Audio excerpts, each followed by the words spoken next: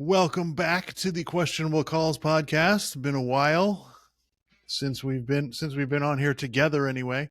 I came on last week and gave some NBA takes and some NFL draft takes. But yeah, Clark, good to have you. Good to have you on so we can explain things to everyone and let everyone know why they're wrong or Yeah. right sometimes. And but yeah, the latest. The first thing right out the gate is so the Lakers lose last night in Game 5, lose a series in the what they call the gentleman's sweep to Minnesota, and yeah, I mean, Clark, I'm blown away by the lack of understanding by everyone in the media and everybody who picked this series, because I said before the playoffs started, the Lakers are not a championship team. Now, unfortunately, I didn't have the. I said this series would be difficult. I said they didn't want to. Minnesota was not a good matchup for the Lakers. This is not a team that you want to play if you're the Lakers. I said before the playoffs, you don't want to play Denver because of Jokic, and you don't want to play Minnesota because of their size and athleticism. And everybody and their mother was like, "Oh, Lakers in 5. Yeah, Lakers will beat them in 5. It'll be easy, no problem." And I'm like, "There is no way this will be easy." I didn't have the balls to say, "Well, Minnesota's going to win the series," even though basketball wise, it's obvious. Like I just want to. My main point here is that basketball, especially in the NBA playoffs, it comes down to matchups and experience, right? If there's an experience gap, like in Houston, Golden State, that can sometimes trump everything else. But it's just matchups. Minnesota is a more athletic, bigger, deeper team, right? With a great player who is 23 years old and can take over a game. And the size is just, it's ridiculous. And you saw like the worst of it last night when Rudy Gobert turns into Wilt Chamberlain, So it's just like, it blows me away how everybody got this wrong. And to me, it was obvious. So what do you think? Yeah. So people were saying, oh, this is going to be a breeze, like Nick Wright and some other people were saying, oh, this is going to be a breeze for the Lakers. And I was kind of like, look, I watched Minnesota last year, and I'm like, clearly they've got the athleticism and the physicality. They're going to cause problems for a team that's not as big.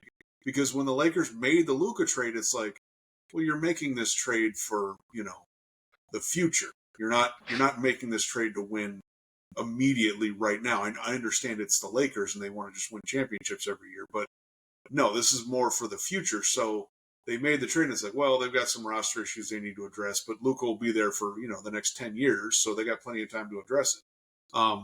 And they weren't really able to do that during the season. And so then, they played well, obviously, the rest of the regular season. And in fact, if you look at some of the numbers, they were comparable or even better than Oklahoma City. So people are like, oh, so I can understand from that perspective. And also, it's the Lakers, and they got LeBron, they got Luka. Luka just went to the finals last year. LeBron's, obviously LeBron. So I can understand from that perspective, but it just felt like a complete lack of any basketball analysis or or just a complete lack of respect for Minnesota. Like I understand, yes, Minnesota got swept by Dallas last year. Okay, they got swept, right? Or did they win? Right. No, They did. Yeah. Okay. But if you know anything about the history of the NBA, that's kind of how it goes, right? Anthony Edwards gets into the league. We're like, wow, this guy's pretty good. Last year they go to the Western Conference Finals, right? They swept the first round series, and then they took Denver, who had just won the championship. They took them to 7 games, and there were a couple games where Minnesota just mauled Denver. Like Denver couldn't do anything. Okay, so that was kind of like wow, and that had me saying last year, like, "Oh, I think Minnesota's going to win the championship if they can continue to play like that." But they came up against Dallas, and they couldn't really deal with it. But that's how it goes. Like you come into the league, you're pretty good. You make the playoffs, you lose. You get back to the playoffs, you make the Western Conference Finals, you lose. You learn something, you get better. You make it back to the playoffs, and now they get out of the first round. They've, whether it's, look, we're going to assume that it's Golden State that they're going to have to play in the next round unless Houston comes back. But I would give Right. Minnesota the edge in both of those series. I understand why, I'm not saying that neither team has a chance against Minnesota. They clearly do. But, so yeah, that's kind of how things progress with the NBA. So the idea that it's like, oh, well, the Lakers are just going to roll over them.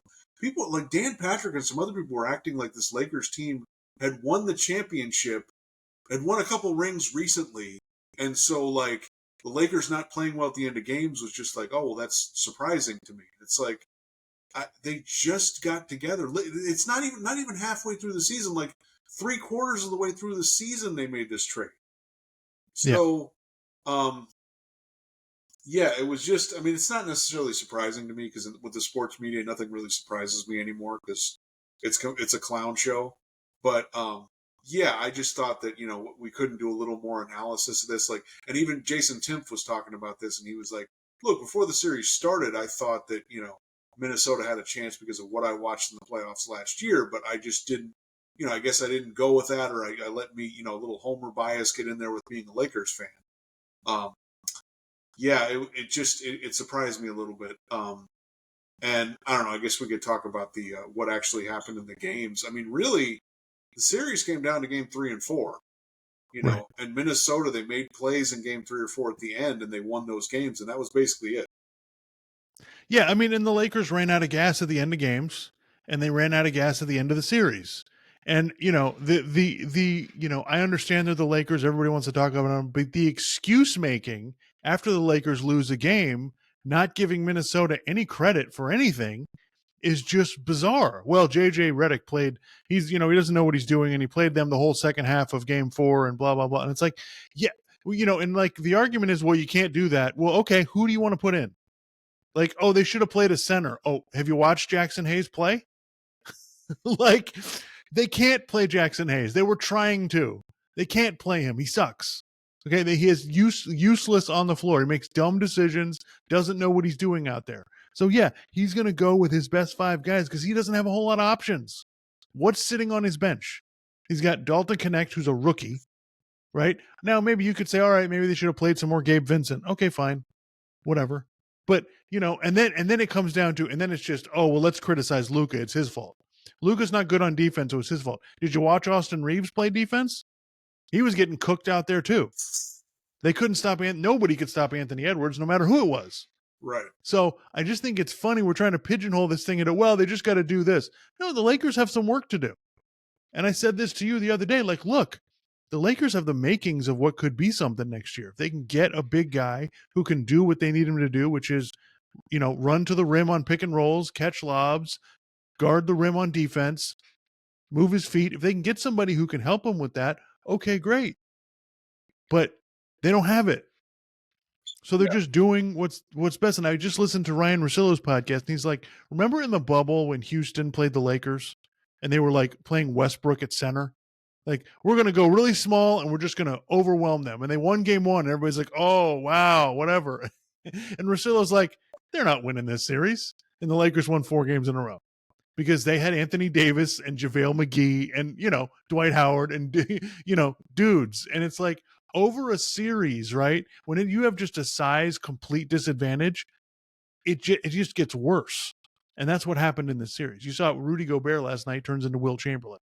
Like, that's a serious problem. So I get everybody was jumping on the Lakers, but it's like regular season versus playoffs, guys. The Lakers were playing well during the regular season. Everybody's like, oh, look at that. In the Minnesota, they struggled for a while because they traded Towns. They brought in Julius Randle. They're trying to adjust to this new dynamic, and it took a while. But honestly, just look at the face of it, and this just in. I know you know this, Clark, but I feel like people are shocked. Yeah, the regular season and the playoffs are different. Newsflash. Not only are they different, they're completely different. They're more different than they've ever been.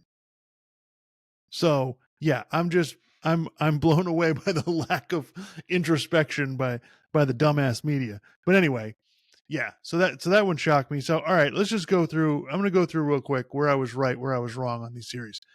Like a fool, I picked the Lakers. I thought, oh, well, yeah, it'll be I thought it would be a knockdown, drag out, whatever. And I thought the Lakers will win it in 6 or 7 games. Yeah, I missed on that one. Right.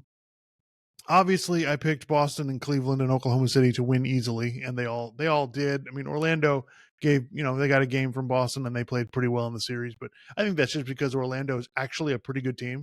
They just had a lot of injuries this year, so they ended up with the 7 seed. I think Orlando is really a 4 or 5 seed team that just ended up with a lower seed.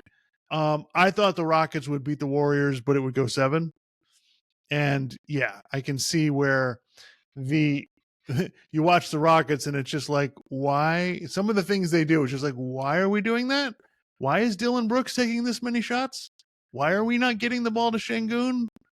Like, why are we not like? Houston is just a lot of wasted potential, but that's how it is with young teams. So I think I kind of blew it on that one, even though I think Golden State is flawed. And I don't think they're anywhere close to a championship team either. Yeah, no. I think they're eventually gonna win this series. I mean, if they're assuming they go play Minnesota, I think Golden State's going to have some problems. Yeah. So, and then I picked. I knew Denver Clippers would be an awesome series, and it would probably go 7. I picked the Clippers, and that doesn't look great right now, but we'll see. Denver's the type of team, Clark, and fans of certain teams will understand this. You're watching Denver, and they're up by 12, and I'm like, ooh, I don't know. Can they hang on? Because that's what it is with them. It's like, because their defense can be bad, and they let the clip. Like if you watch game 4 where Aaron Gordon dunks it at the buzzer, they're up by 20 in the 4th. I'm like, we're good, and the Clippers start coming back. I'm just like, oh, come on, right. Come on. So they're like Denver's like every second you're nervous that they're going to lose. But they obviously have a chance to win, and if Jamal Murray is going to play like that, I mean, it took 5 games, but they finally got Jamal Murray to look like he does in the playoffs. And if he plays like that, then yeah, the Clippers have got some serious problems. But that could be just Clippers being idiots. I don't know. So, and then, 2, 3, 6, Lakers. So that, that's all of them. And what was it? Boston. Yeah, I said Boston, Cleveland. Who's the 3? Who's the 3-6 in the East? Was it Indiana was 4 or 5, and then who was the? Oh God, I'm foolish. Knicks. Oh, Pistons, Knicks. I thought the Knicks would eventually beat the Pistons, but I thought that would be a knockdown drag out like it is. I really thought probably should have been 2-2, but Oh yeah, and listen, Detroit has outplayed them in 5 games. They've outplayed them. They should be up 3-2. Like there's no, the Knicks have gotten away with, it's just the Knicks have closed games better. That's all it's come down to. And that should have been a foul call in game 4 on the shot by Hardaway, and they didn't call it. Otherwise, maybe Detroit's got the lead. And then I thought Indiana, I just thought Milwaukee's on their last legs. Indiana's just a better team, and they are. And they beat them. But Clark, I got to tell you, the other night Milwaukee was up 7 with 45 seconds to go, and they lost. It's one of the worst choke jobs I've ever seen. It was really, I was impressed. Like, that's hard to do. They threw the ball, like Gary Trent throws the ball right to Indiana. Then they throw it to him on the next play. He loses it, goes through his legs, and goes out of bounds. I've never seen anything like it. And then Tyrese Halliburton, they just let him go right to the rim. They had Giannis guarding him, and he just blows by him, goes right to the basket, and lays it in. I couldn't believe it, man. That was unbelievable. Not that Milwaukee had any chance in that series anyway. Even if they won that game, who cares? They're not coming back in that series, especially with Lillard out, with the Achilles. Like they're so. Where's Giannis going? Because apparently the flights have already been booked. He's out of town. I mean, we already know this, right? This is you know what? This is something. Apparently. This is something that bothers me. I understand how it works, and we only care about the transaction, and we don't care about games anymore. I get it. Okay, I understand the way the media works. It's okay. I get it, but this is ridiculous. Could we wait till they lose the series before we start in on? Oh well, he's got to. And then I'm listening to Chris Mannix has Rachel Nichols on his podcast, and he's like, "There's no option here. You have to trade him. You can't wait. You've got to do this now." It's like, why can't we just let's let Giannis say he wants to leave. Like that's my attitude. Like if he wants to be traded and he comes to me and says that, okay. All right, let's if they offer him an extension after the season and he's like, no, okay. Then let's sit down and talk and let's figure out what you want to do. I'm not contract because didn't he just sign one last year? Yeah, I don't think he's extension. I think he's extension eligible a year from now. Like I don't think we're anywhere near. We're not near the end yet. I think he's still got 2 years left. So we're not near anything yet. But I think that. But yeah, I just like yeah okay. Like if he wants to be traded, fine. But I'm way too. It's way too early to be going. Well, has Houston got the best package? Has San Antonio got the best package? Is where should he go? I'm just like honestly, man, like let's let them figure it out first. Like I know everybody's going to be up in arms this offseason about it, but it's just god, the whole thing is frustrating to me. That being said, if Giannis wants to leave, I have no problem with it. If that's what he wants to do, I get it.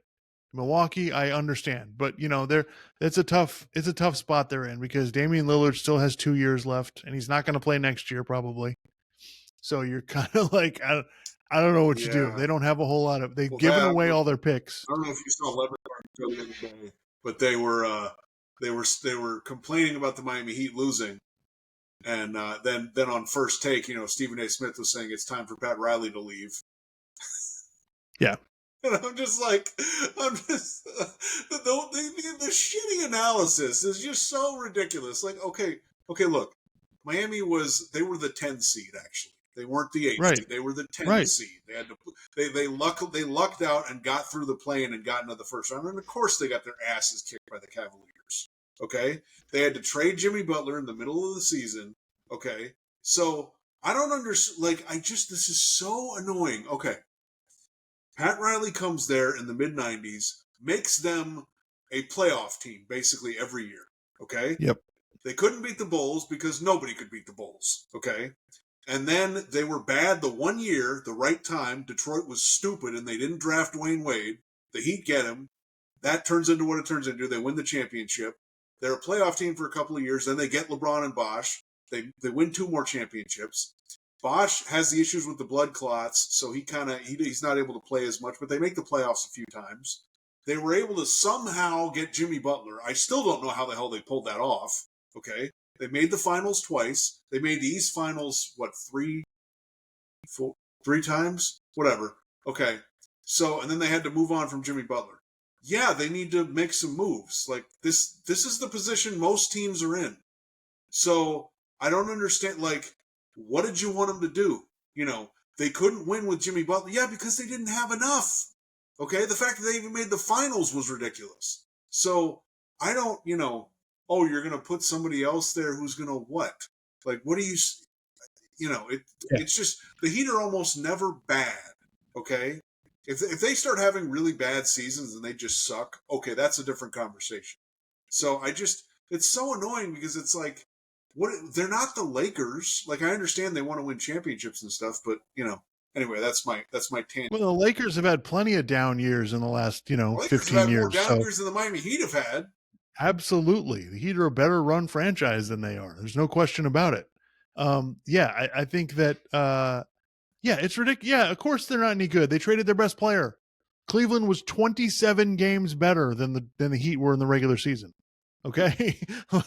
It's insane. The Heat were 37 and 45. Like, they were not a good team. Like, they were not supposed to beat Cleveland. So, yeah, no, I think the Heat will be just fine. Should they blow it up? I don't know. They'll figure it out. But I mean, that's the problem. You have to understand the problem in the NBA. It's very difficult to get championship level good. You either have to get really bad in the 1 year where the franchise changing player is available in the draft, and then you draft him. And in fact, teams that get really good, you got to be bad. You get that player. You're still bad. You go into the draft the next year, you draft somebody else. They're also really good. And then you surround them with other players, and then they grow together like the Golden State Warriors, right? That's or Oklahoma City, right? You were able to accumulate all these assets. You draft some players, and all of a sudden you're really good. Okay, that's that, or you're able to make some franchise-changing trade, which hardly ever happens. That's it. Or you get really lucky in your Milwaukee. You take Giannis 15th, and he turns out to be one of the greatest players of all time. That just doesn't happen. Denver getting Jokic in the second round, good luck with that.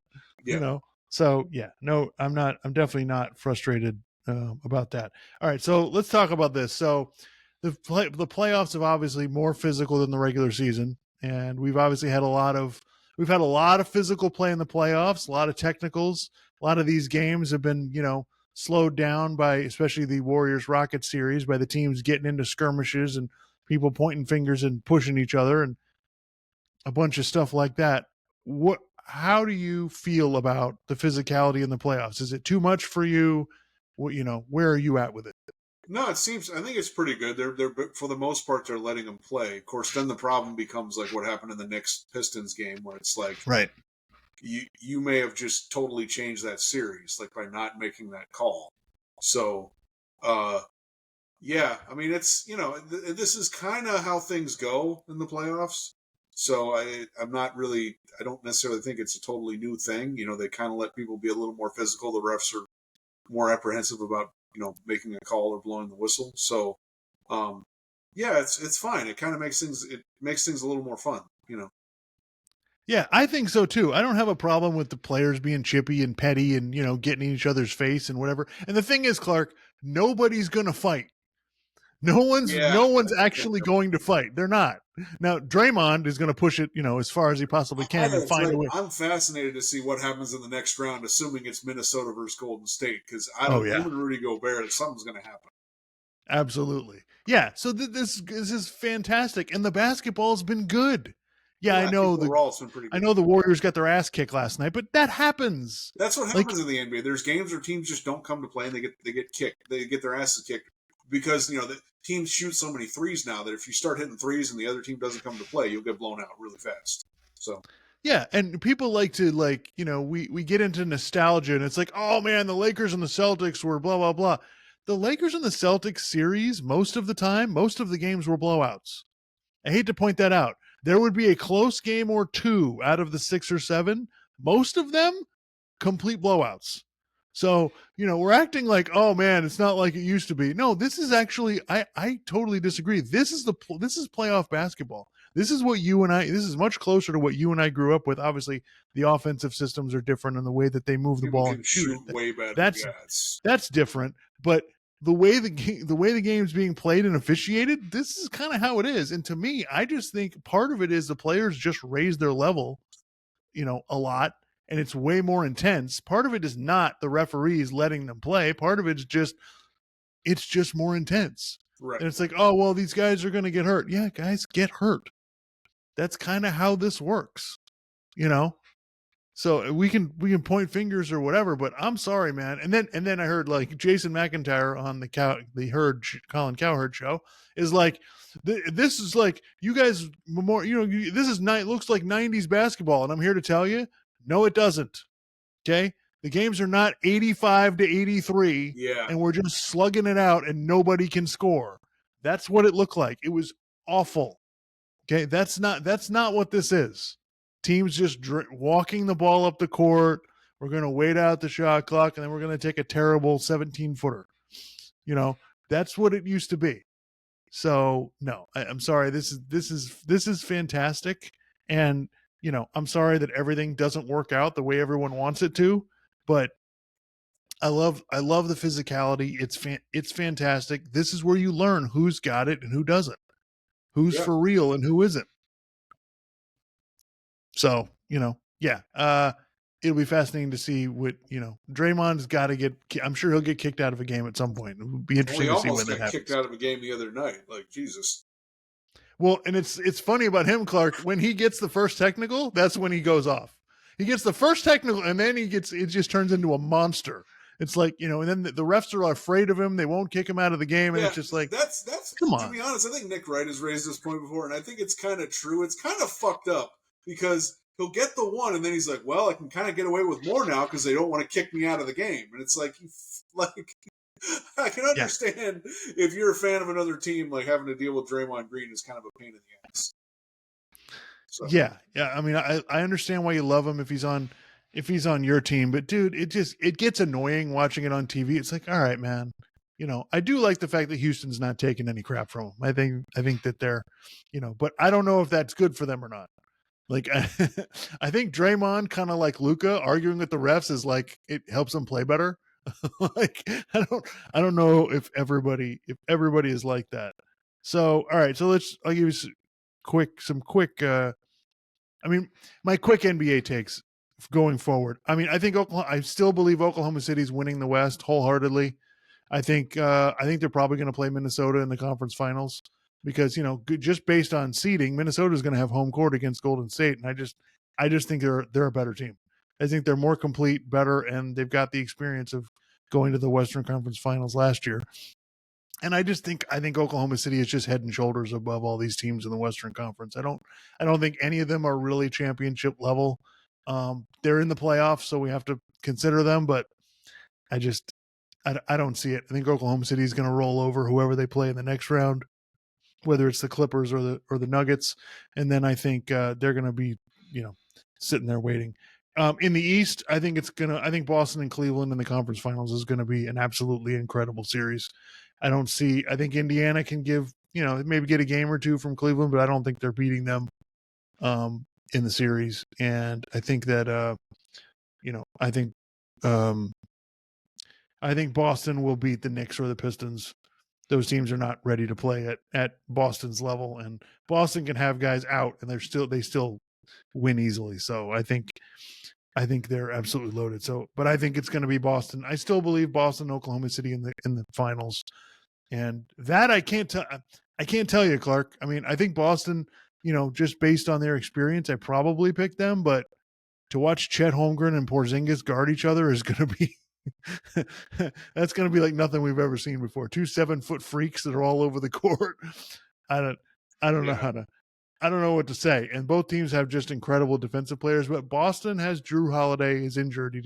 He wasn't playing in the last series, so we'll see if he comes back. I think they're going to need him if they're going to win the whole thing. All right. Any objections to that?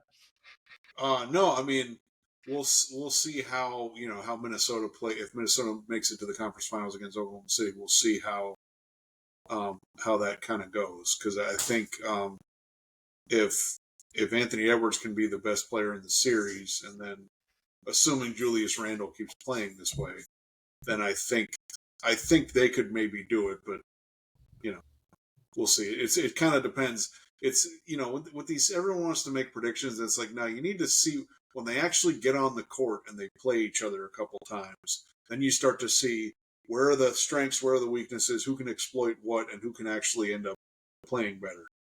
So we'll see. Yeah. The problem for Minnesota is going to be, they're going to Gobert is going to get exploited, and so how do they manage that? When it comes down to it, because they're Oklahoma City's probably going to be playing 5 out, especially when Chet's out there, and that creates a problem. But Minnesota in this series, like, they had no problem taking Gobert off the floor in the fourth quarter when they needed to. So I think that I think that helps. That definitely helps Minnesota a lot. Yeah. So all right. So let's talk some draft. Clark, so we just had the draft last weekend, and it was one of the more interesting drafts I've had that I can remember watching, because it wasn't like, oh my God, there's all these superstar players. It was basically like, there's one guy we're going to talk about for 3 days straight because he hasn't been picked yet. And it got everybody upset. People were upset. Why aren't people talking about Cam Ward more? Why aren't people talking about all these other players? We're just spending all our time on Shedeur. Mel Kiper went crazy on the NFL. So anyway, all right. So Clark, just from this perspective, Shedeur Sanders gets drafted in the 5th round by the Cleveland Browns. What were your thoughts on Shedeur before the draft? How did you feel when it played out the way it did? Okay. Truthfully, I didn't watch much of him in college because, Colorado was not that good. You watch more college football than me. Yep. But it didn't seem like he was like, this unbelievable prospect who's just going to be, really great in the NFL. It seemed like, he's from what I had heard, like, he's not that fast moving around. He doesn't have that strong of an arm. He had some success in college, especially the second year at Colorado, but I didn't really get why, like, I understand teams need quarterbacks, but it was just kind of like, well, we're going to go nuts over this guy. So yeah, I think teams clearly didn't think that he was all that great, or at least the teams that needed a quarterback. Right. They didn't think it was all that great, and they didn't want to necessarily have him as a backup quarterback because of all the media crap. And from what we've been hearing from different people, it sounds like the owner was like, "You got to draft Shedeur Sanders," because it seems like the GM and the coach clearly like Dillon Gabriel way more. So yeah, I didn't. I mean, to be honest, I got a little bored with the whole conversation because I'm like, I just don't think he's that good, Right. And then I just find it hilarious. People are like, oh well, all these people before the draft said, that this and this and this, and I'm like, they don't know what the fuck they're talking about. Like, not no offense to them, but like, I'm sure many of them are trying their best, but like, they don't know what the fuck they're talking about. So what? It's like, well, he was graded here. When they're grading players, this is not some definitive thing. It's a subjective ranking. Right. Okay? So the idea that, they graded him here, so he should have been drafted there. It's like, no, that's not how this works. The draft is not totally based on merit. Tim Tebow was drafted in the first round. He wasn't a first round quarterback. Like, come on. And then there's times where, like, remember Randy Moss kind of fell in the draft? And it was like, you're telling me that he's not better than a lot of the players who were drafted in front of him? Yeah, he clearly was. But, for different reasons, he didn't get drafted higher. So. Yeah, I think that the biggest misconception to me is that, there's some NFL conspiracy. Let me tell you something. The only NFL conspiracy is we need to win or we're going to get fired. That's what the NFL conspiracy is. That's what they care about. They care about winning. If you can help them win, they'll put up with whatever. There's a defensive lineman from Marshall, got drafted in the second round, Clark. He has a sexual assault charge in high school and a sexual assault charge in college. They don't care because the guy can play. So number one, I'm going to just go through these things. So number one, talent. I thought, okay, maybe he's good enough to be picked in the first round, but I thought late first round. Obviously, I don't grasp what everybody else does, right? And again, we're only talking, this is the problem. One of my biggest issues is this isn't, they want to indict the entire league. Oh, the NFL doesn't know what it's doing. No, the NFL is 32 independent contractors, okay? There's these teams act independently. They don't do things together. There's no group think with the 32 teams. Otherwise, they'd all be winning. They don't. Okay? So we're talking about 3, 4, 5 teams at the most. We're talking about teams like the Browns, the Giants, the Raiders, the Saints, and Tennessee. Tennessee had the number 1 pick. They took a quarterback. So they were off the board for that real quick. So you didn't have that many teams, number 1, right? Obviously, they agree. They don't think he's a first-round talent, right? Now, I think he's he's way more talented than people drafted in the 5th round are, but whatever. That's my opinion. There could be other reasons for that. Number 2, the media perception, right? The media really wasn't giving us the information that we needed because they couldn't get it. The NFL teams weren't telling the media what they really thought of him. You know why? Because they didn't want it to get out.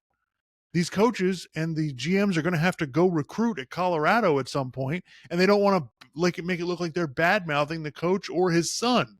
Right. So we weren't getting the info on how teams really felt about him. All we were getting was talent evaluations from guys like Todd McShay and Daniel Jeremiah and all of them. They're just watching the tape and telling us what they see. They're not telling you what it's going to look like when you're on the team and you have to hang around other players and deal with other coaches.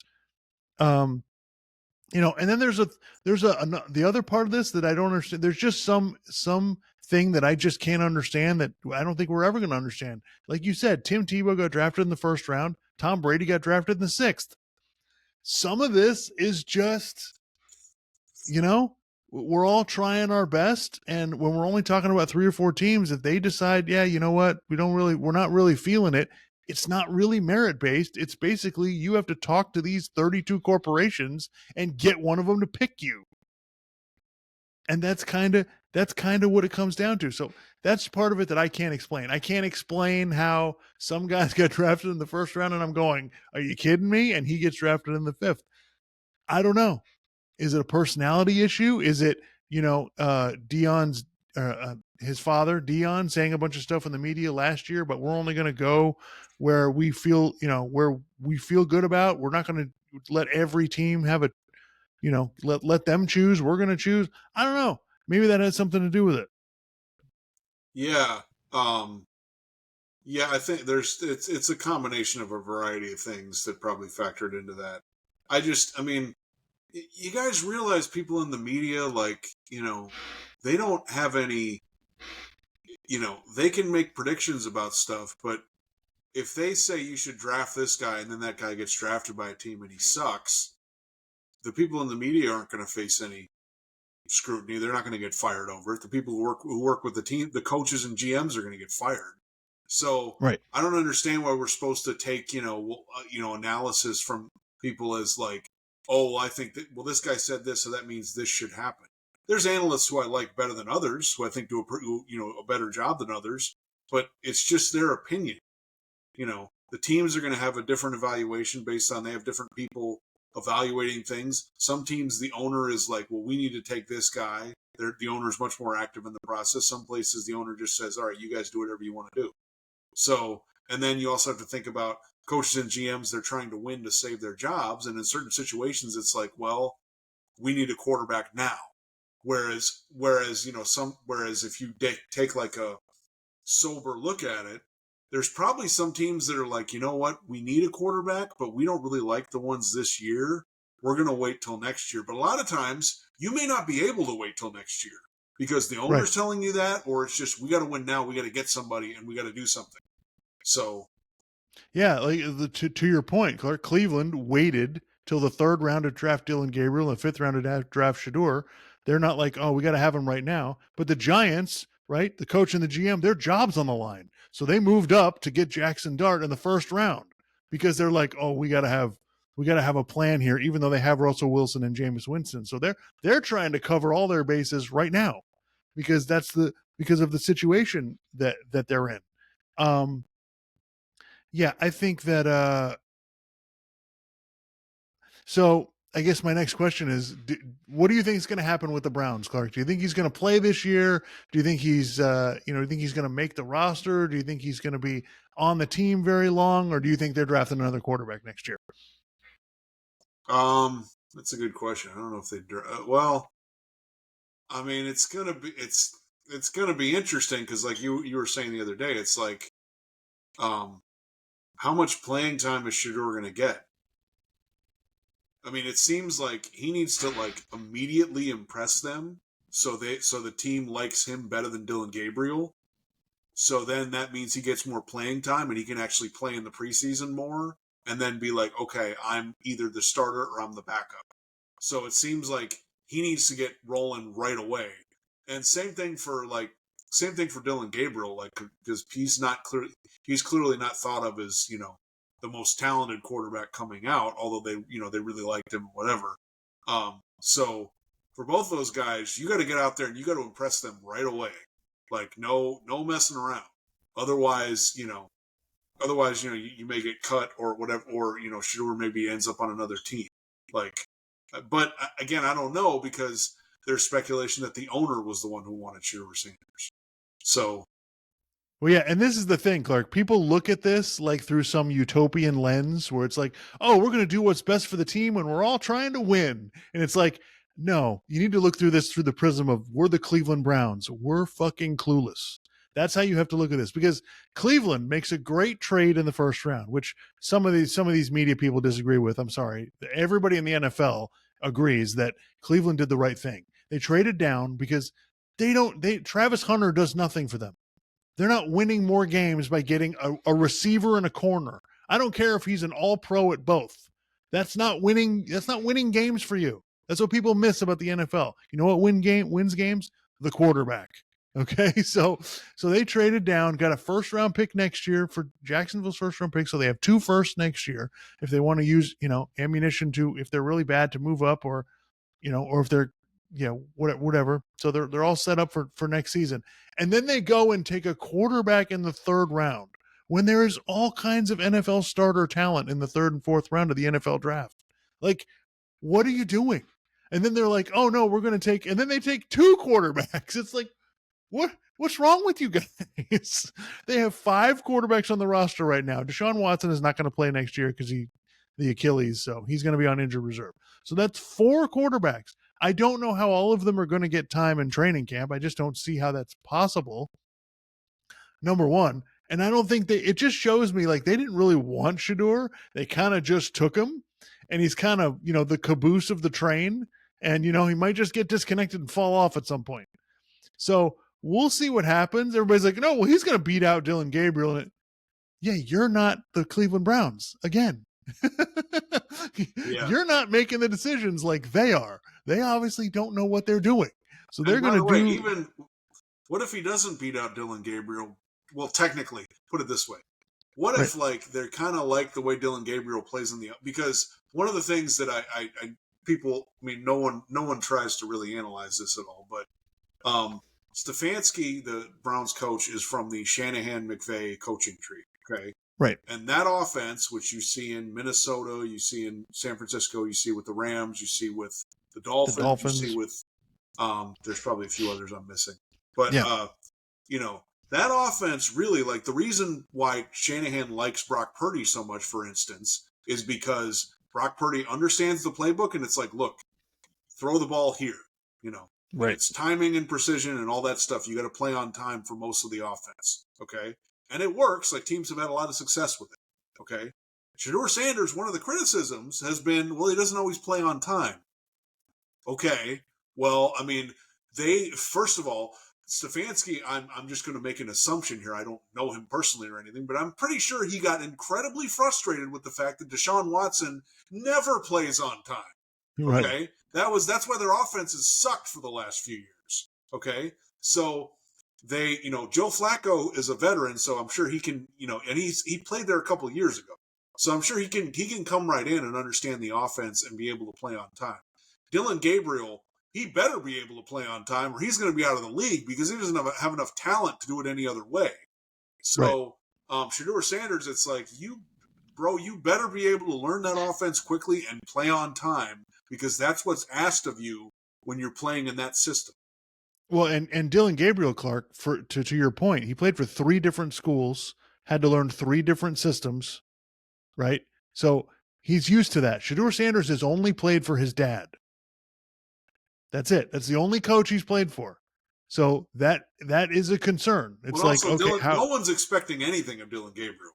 Right. Nobody. No one he could get cut, a week from now. Nobody gives a shit. Okay. Shedeur Sanders, I mean, it's like, well, this guy's got to be good, right? He shouldn't have been falling to the 5th round. He's got to be really good, right? Clark, I just feel like they're going to get worn out from the questions every day. How's Shedeur doing? How's he looking in practice? You think he's going to play? Is he going to start this week? Is he going to suit up? Is he going to be the emergency quarterback? What are you going to do? What do you think about they're going to be, I'm telling you, they're going to be worn out by that. I don't know that Shedeur is going to get enough playing time to really even prove himself. I really don't think Cleveland wants him, the coach and the GM anyway. I don't think they want him there anyway. And so I just think this is like, we're all right. Cleveland's like, all right, I mean, I'm not going to say they're tanking, although I would support it if they did. I think they're just going to kind of take it easy this year. We got 4 guys. We'll let the cream rise to the top and see who's the best, and we'll just move on at the end of the season.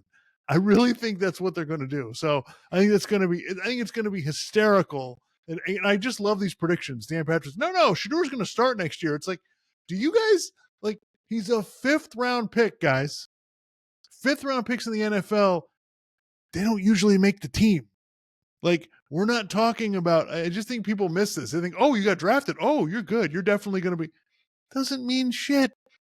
They cut people all the freaking time. They care who can play and who can't. They'll take an undrafted free agent over your ass if he's better than you. Yep. So, yeah. The other thing, Claire, just before we'll talk about the Dolphins in a second, but I think it's funny. You can tell like who's an NFL fan and who's a college football fan by the way they talk about this.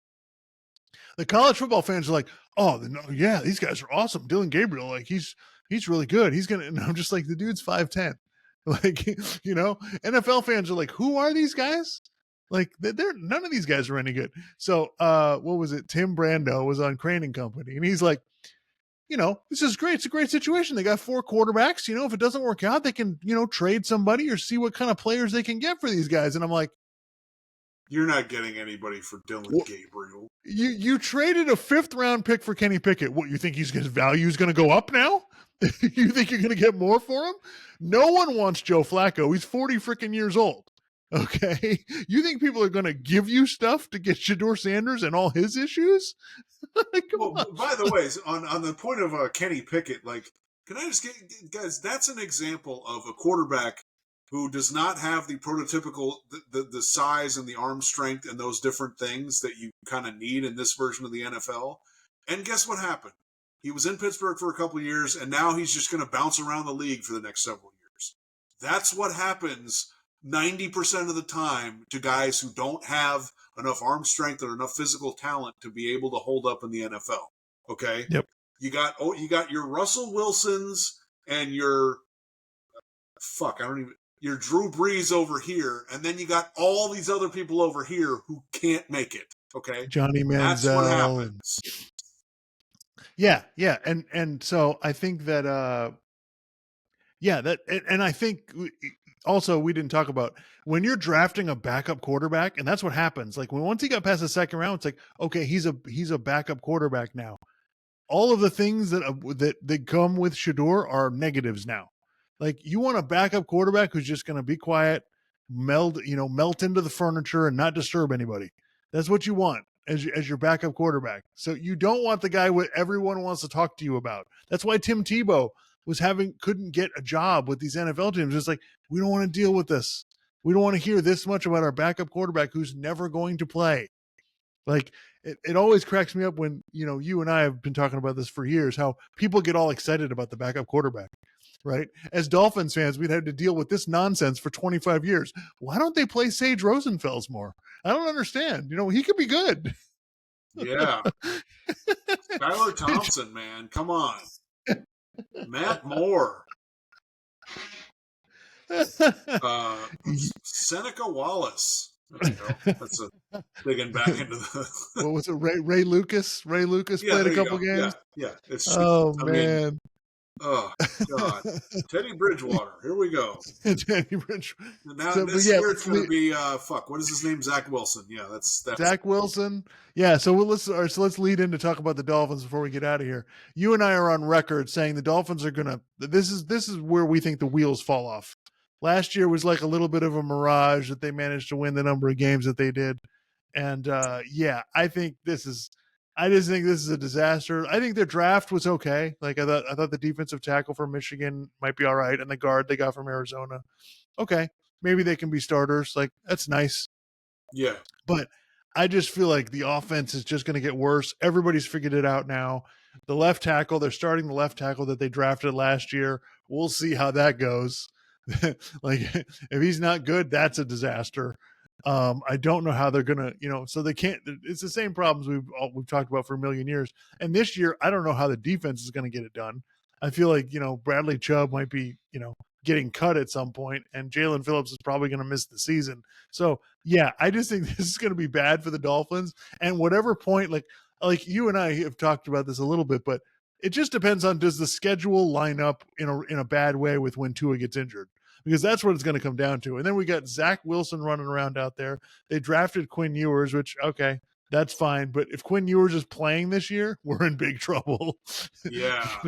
Yeah, that's not. Yeah, I mean, they built the team stupidly. They didn't build it. They didn't build it the right way, which is why, I mean, that and the quarterback, that's why they couldn't accomplish anything other than making the playoffs twice. That's really all the trading for Tyreek Hill and, paying Jalen Waddle and, paying, having Tua on the team, whatever.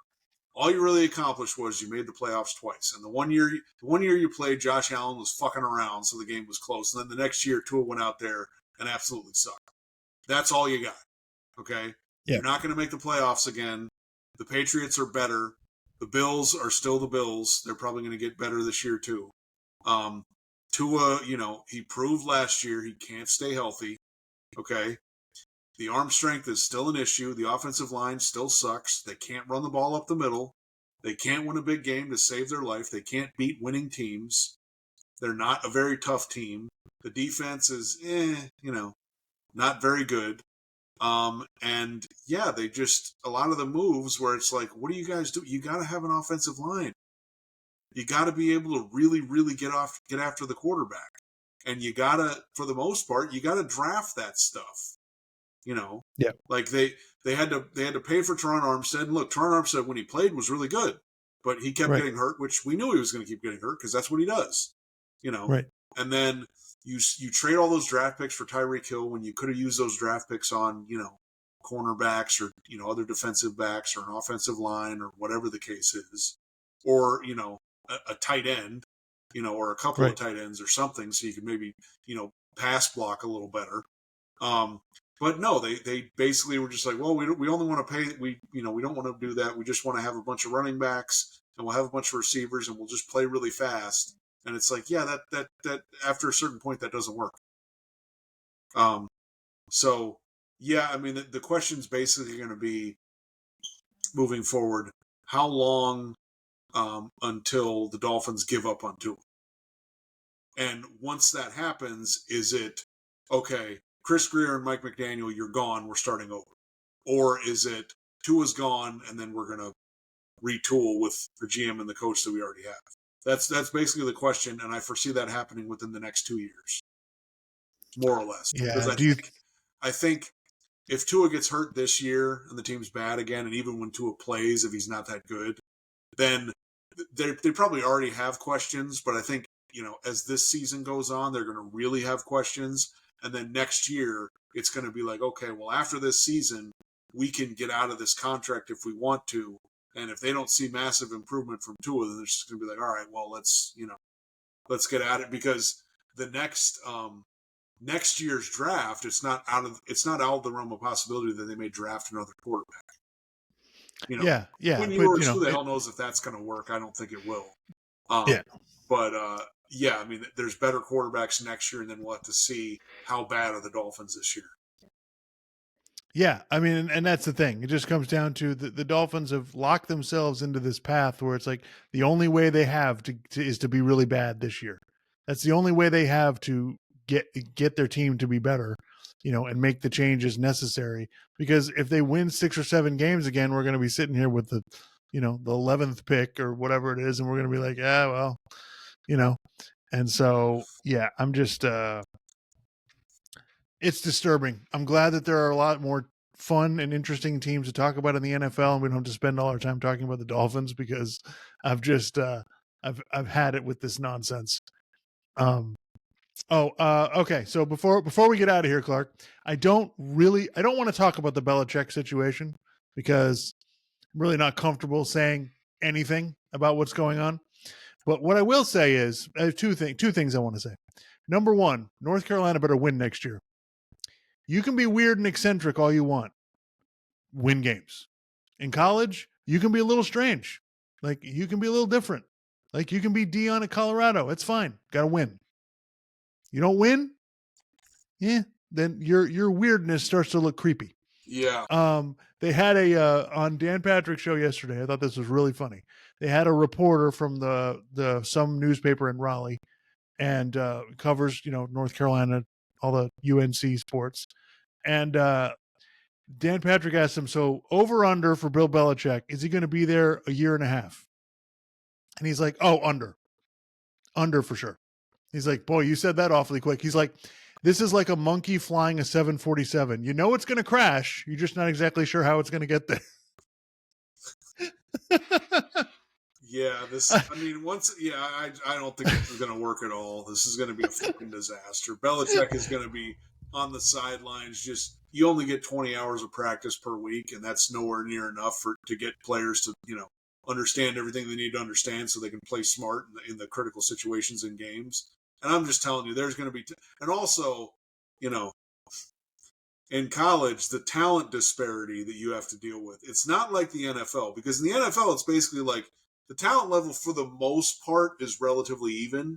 And right. If you can get the guys to play hard and then play within your system and know what they're supposed to do, you can be in a lot of games. You know, you Right. can come close to going 8-8 or 8-9 or whatever the case is. You know, because the talent level is relatively even, unless you just absolutely suck at the draft or whatever.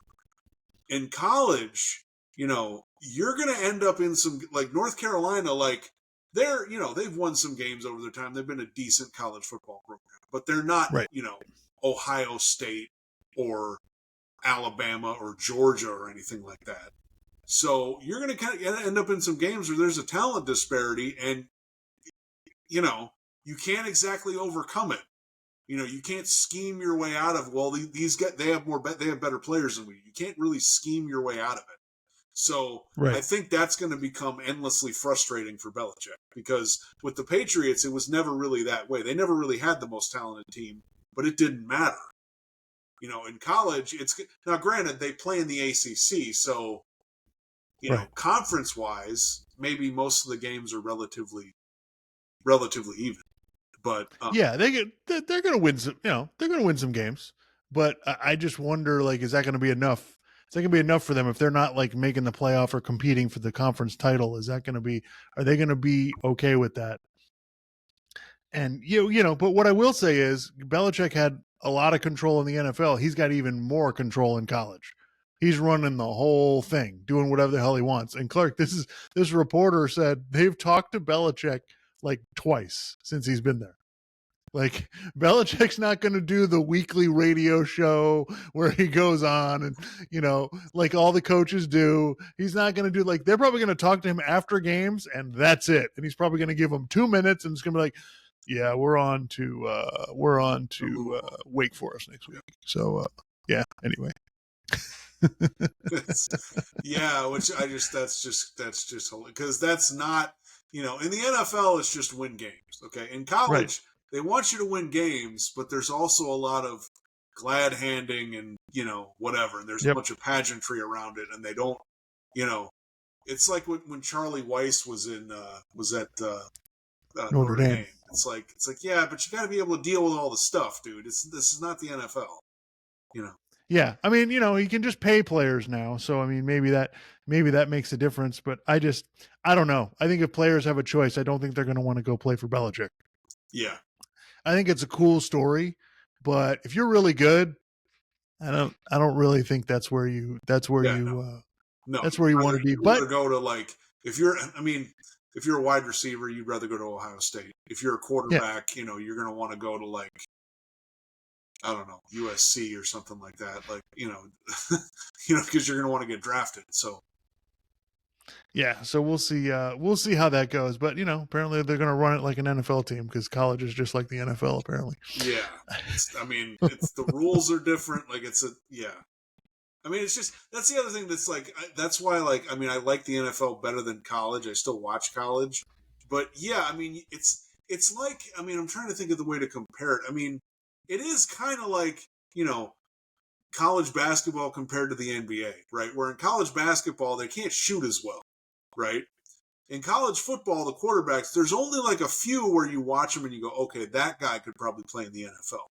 Most of the quarterbacks in college, they're sort of just, you got a defined play here where that's the route. Throw it to him. Maybe you can throw it to that other guy. If nothing else is there, just run. And it works, and you can win lots of games that way, and that's what most teams do.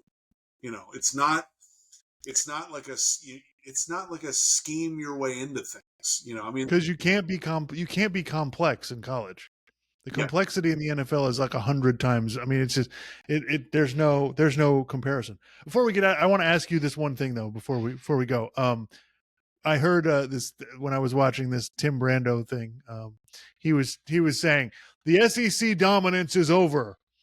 Like they're not going to dominate the way that they were. And I'm like, well, first he said they're going to be the best conference anymore. And I went, no, they're still the best conference.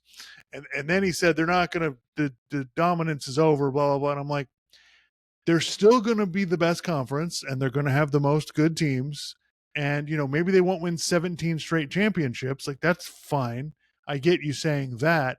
But, like, I'm sorry. Like, I watch college football more, as much as anybody. The Big Ten is not close to the SEC. Ohio State is, right? That's what I don't understand. Like, I mean, I guess, look, I don't want to I feel like when Colin Cowherd talks about this, I'm like, dude, you're on Fox. That's why you're talking about the Big Ten. It's like, okay, you have Ohio State, Michigan. We'll see if they continue to play at a really high level since Harbaugh Right. left. With no Harbaugh. And then it's like Penn State, which Penn State's good, but Penn State's they good, never yeah. seem to be able to win, a lot of these big games.